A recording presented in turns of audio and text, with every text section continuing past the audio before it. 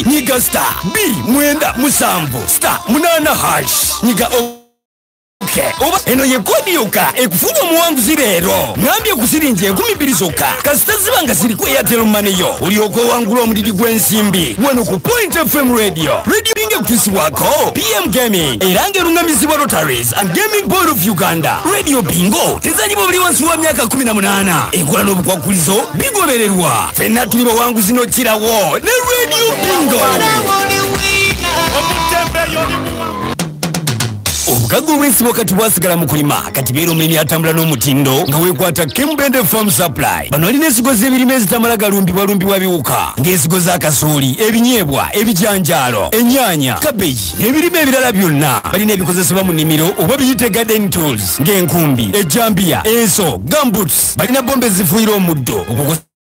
ne pampu z'amazzi mu saizi zonna ate nga bazikanika n'okuzikanika balina tractor ziyikuula ennimiro nezezikoola nga zino tizirina we ziremererwa kuyita kati bw'ayagala eddagala erifuuyira omuddo n'erikoola yonna lifune mu Kembende Farm Supply nawe yagala okubaako ne kiweebuza ku bikwatagana ennimi ennungi amagezi bagakuwa ku bwereere basangibwa mu Bende Lubanga Road okulyanda transformer ate nga balina ne branch endala ng'odda mu Kibaati okumanya ebisingawo bafune ku 0776 81 93 12 oba 0752 81 93 12 kati weekwate Kembende Farm Supply ku lw'amakungula amalungi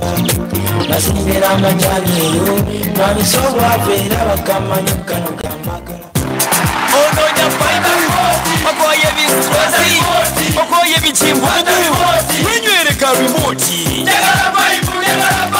remote alcoholic kombucha drink kichukuyo kijudde dekende kyonyo n'owulira okusemererwa nga kajjuddemu emigaso nfofoolo erife n'abaami n'abakyala era bonna bakanyweddeko kati bayimba remote alcoholic kombucha bwayagala okukasuubula wane mu Bende kasangiwa Mama Kyeyune bansamba netuulidde Sali Depot ku Nfunfu General Traders ne maduka gonna okwetolola eggwanga lyonna kakoleddwa mu nanasi sukaali amazzi black tea entangawuzi wamu n'ekitiko okumanya ebisingawo bafune ku 0783 43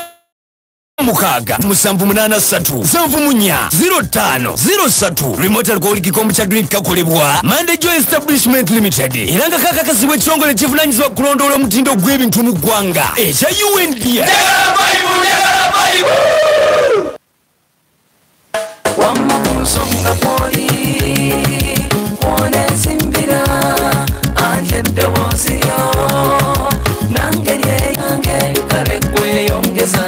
Yongeza Point FM Karekwe yongeza Point FM Njega kutegeeza kirango kino Nabingola Coffee Farmers Sacco eyita abantu mwenna okujja mu lukiiko lwa bonna olusookedde ddala first annual general meeting lujja kubaawo nga 18 omwezi guno ku Lwokubiri lwa Sabbiiti ejja kuva ku ssaawa 2 ez'okumakya kutuuka ssaawa 11 ez'olweggulo awo ku Nandi Leisure Gardens wejja okutuula ewa Ssenga Naaki Ebulonzi Kasambya okuggulawo akawunti weetaagisa emitwalo 2.5 gwaga okubeeyungako ate omugabo gwa mitwalo 3 bamemba abalina obutabo mujja nabo ku olwo Ssaalongo Nsenga Richard chairperson yalanze era okumanya ebisingawo mufune ku 0752 58 85 8 mujja kuba mwogera ebisingawo ku nsonga eyo.